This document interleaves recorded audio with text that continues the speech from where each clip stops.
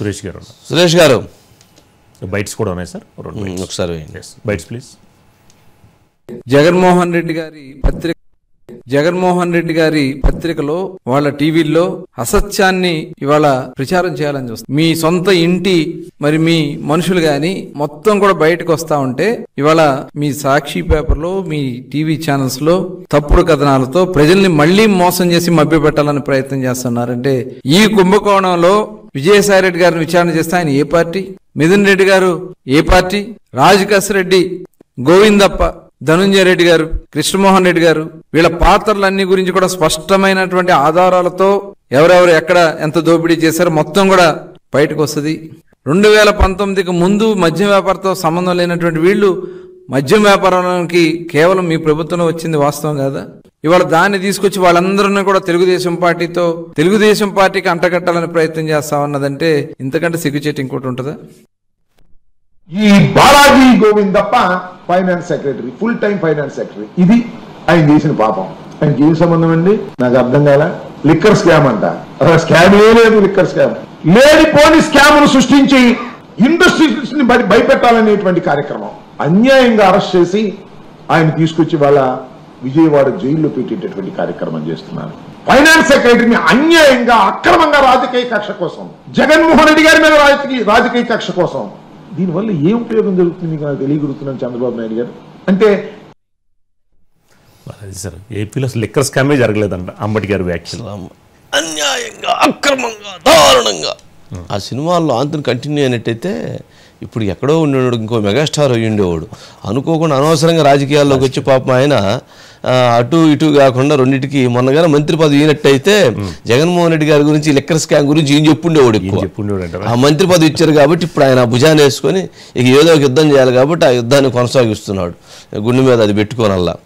ఇప్పుడు liquor scam జరిగిందని వైఎస్ఆర్సీపీ పార్టీలో ఏ ఒక్కరిని అడిగినా చెబుతారు. ఇదేం పెద్ద ఆయన విజయసాయి రెడ్డి ఏటూగా ఉన్న వ్యక్తి చెప్పాడు. ఆయనకంటే ఈయన దగ్గర మరి ఆయనకంటే ఈయన దగ్గర కాదు కదా. ఇప్పుడు సద్దా శ్రీధర్ ఆయనకంటే ఈయన దగ్గర కాదు కదా. ఇప్పుడు ఎవరైతే రాజకేశ్ రెడ్డి ఆయనకంటే ఈయన దగ్గర కాదు కదా. వీళ్ళందరూ ఆయన పేరు చెబుతూ ఉంటే ఈయన అసలు ఆయన ఏం సంబంధం లేదని చెప్తారు. సాక్షి పేపర్ మాది కాదని చెప్తారు. భారతీయ సిమెంట్స్ మాది కాదని చెప్తారు. ఎవరైనా ఆయన మీరు చెప్పే మాటలు, మీరు చెప్పే వింతలు, విచిత్రాలు వినాలంటే కష్టం. సరే ఏదో ఆయన ఇప్పుడు వాళ్ళ పార్టీలో ఆయన స్పోక్స్ పర్సన్గా ఇంపార్టెంట్ లీడర్గా ఉన్నాడు. వాళ్ళ వాయిస్ ఆయన చెప్పకపోతే ఎవరు చెబుతారు? ఏదో ఒకటి చెప్పాలి కదా. చెప్పకుండా వదిలేసి అవును మా వాళ్ళు తప్పు చేశారని చెప్తాడు ఎవరన్నా? చెబుతారా? వైఎస్ఆర్సీపీ పార్టీ వాళ్ళు జగన్మోహన్ రెడ్డి గారు ప్రెస్ కాన్ఫరెన్స్ పెట్టి అవును మేము తప్పు చేసామని చెప్పి అంబటి రాంబాబు వచ్చి చెప్పిస్తారా? ఏం చెబుతారు? మాకు సంబంధం లేదు, మేమంతా అమాయకులు, మేము నోట్లో వెలిపెట్టిన కొరకు అసలు లెక్కర్ స్కామ్ అసలు ముందే అమ్మలేదు, మద్య నిషేధం ఉంది. గత 5 సంవత్సరాలు 19 నుంచి 24 మద్య నిషేధం ఉంది. అసలు మద్య నిషేధం ఉన్నప్పుడు మద్యం లెక్కర్ స్కామ్ ఎలా జరిగింది అని ప్రశ్నిమంటే ప్రశ్నిస్తారు. ఆ ప్రశ్న నోటు పంపమనండి అంబటి రాంబాబు గారికి. అదే అంబటి రాంబాబు గారు అదే ప్రశ్న నోటు చదవకపోతే నన్ను అడగండి. అట్లా ఉండిద్ది. ఏదైనా చెప్పేదానికి వినేదానికి కొంచెం దగ్గరగా ఉండాలి. అసలు అది ఉండనే ఉండదు. జరిగింది ఆ కింద వాళ్ళు ఏదో చేసి ఉంటారేమో, వాళ్ళకి సంబంధం లేదని చెప్తే బాగుండేది. అసలు ఏమీ జరగలేదు, మా వాళ్ళంతా మాయకులు అంటే ఎవరు మరి? ఎవరు దీంట్లో? ఇప్పుడు వచ్చిన వాళ్ళు అందరూ చెబుతున్నారు కదా. ఇది ఫోన్ నెంబర్లతో సహా నెలకు 60 కోట్ల రూపాయలు ఎట్లా వచ్చినాయో సహా, ఎక్కడ చిరంజీవి బ్లడ్ బ్యాంక్ వెనకమాల ఉన్నటువంటి గెస్ట్ హౌస్ ఎట్లా దాన్ని ట్రాన్సాక్షన్ చేశారో సహా, డబ్బులు కౌంట్ చేయడానికి మిషన్కి ఇబ్బంది అయిపోయి మొత్తం గదిలో బ్యాగులు వేసేసి ఎట్టబెట్టారో సహా మొత్తం చెబుతున్నారు కదా. ఏ అకౌంట్లోకి వెళ్ళి ఏ కంపెనీలకి ఇవన్నీ బ్యాంక్ డీటెయిల్స్ తప్ప బ్యాంక్ డీటెయిల్స్, బ్యాంక్ అకౌంట్లోకి వచ్చిన ట్రాన్సాక్షన్స్ ఉన్నాయి కదా, ఎట్లా వెళ్ళిందో క్లియర్గా చెబుతున్నాయి కదా.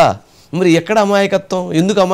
ఎందుకు ప్రజలను అంత అమాయకులు చేసి ఇంకా విన్యాసాలు చేయాలని చెప్పి డ్యాన్సులు వేయటం అవసరం లేదు కదా. సరే వాళ్ళ ఇష్టం వాళ్ళది, వాళ్ళది. సురేష్ గారు ఇందులో మరి ఇన్ని వేల కోట్ల స్కామ్ ముడుపులు అంటున్నారు సార్. మరి ఇదే మద్యం సేల్స్ ని పెట్టి కొన్ని వేల కోట్లు అప్పు తీసుకొచ్చారండి. మరి దాని సంగతి ఏంటండి వంశీ గారు? ఆ డబ్బులు ఎక్కడికి వెళ్ళాయండి? బటన్ నొక్కాం అంతేనంటారా? బటన్ నొక్కాం. లేదంటే సాక్షి పేపర్కు ఒక 600 కోట్లు 700 కోట్ల యాడ్స్ రూపంలో ఇచ్చాము.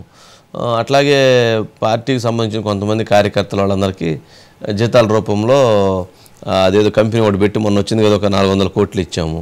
అట్లాగే వాళ్ళకి సంబంధించిన కాంట్రాక్టర్ల వారిద్దరికి వర్క్ల కింద వాటికి ఇచ్చేసాం. అంతే, అయిపోయింది. ఇంకేముంది? హలో సురేష్ గారు. ఏందండి మొత్తానికి సజ్జల శ్రీధర్ రెడ్డి అనుకోకుండా మొత్తం గుట్టు విప్పుతున్నట్టున్నాడు 1 by 1. అవును వంశీ గారు, ఇవాళ కస్టడీకి కూడా తీసుకున్నారు. అయితే రిమాండ్ రిపోర్ట్లో సిట్ చాలా స్పష్టంగా చెప్పింది.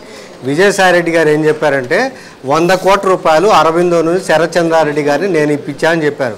కానీ సిట్ చెప్పిన దాని ప్రకారం సజ్జల శ్రీధర్ రెడ్డి గారు ఇచ్చిన కన్ఫెషన్ స్టేట్మెంట్లో ఆ 100 కోట్ల రూపాయలు 105 కోట్ల రూపాయలు అరవిందో గ్రూప్ని మన జగన్మోహన్ రెడ్డి గారు ఆదేశించారు. మీరు 105 కోట్ల రూపాయలు ఇవ్వండి, అందులో అదానికి 60 కోట్ల రూపాయలు, 45 కోట్ల రూపాయలు ఎస్పీవై ఆగ్రోస్. ఎందుకంటే ఎస్పీవై ఆగ్రో ఈ సజ్జల శ్రీధర్ రెడ్డి గారు మాకు ఆర్థిక పరిస్థితులు బాగాలేవు కాబట్టి మేము కూడా ఇందులో సిండికేట్ కావడానికి మాకు ఇవ్వమంటే అది 45 కోట్ల రూపాయలు, మొత్తం మీద 105 కోట్ల రూపాయలు.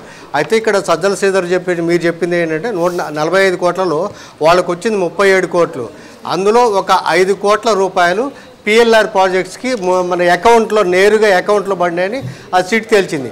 ఇంకొక 8 కోట్ల రూపాయల్లో 5 కోట్ల రూపాయలు క్యాష్ రూపాయలు. అప్పటికే ఎంత గొడవ వచ్చిందంట, వివాదం బయటకు వచ్చింది ఆ లిక్కర్ ముడుపులు అని చెప్పి. ఆ మిథున్ రెడ్డి గారు 5 కోట్ల రూపాయలు క్యాష్ తీసుకొని 3 కోట్ల రూపాయలు చంద్రారెడ్డి అని వరుణాని మార్కెటింగ్ ప్రైవేట్ లిమిటెడ్కి 3 కోట్లు ట్రాన్స్ఫర్ చేశారు. అది అక్కడ అది మనకి ఆ ఎస్పీవై ఆగ్రో సంబంధించి అది.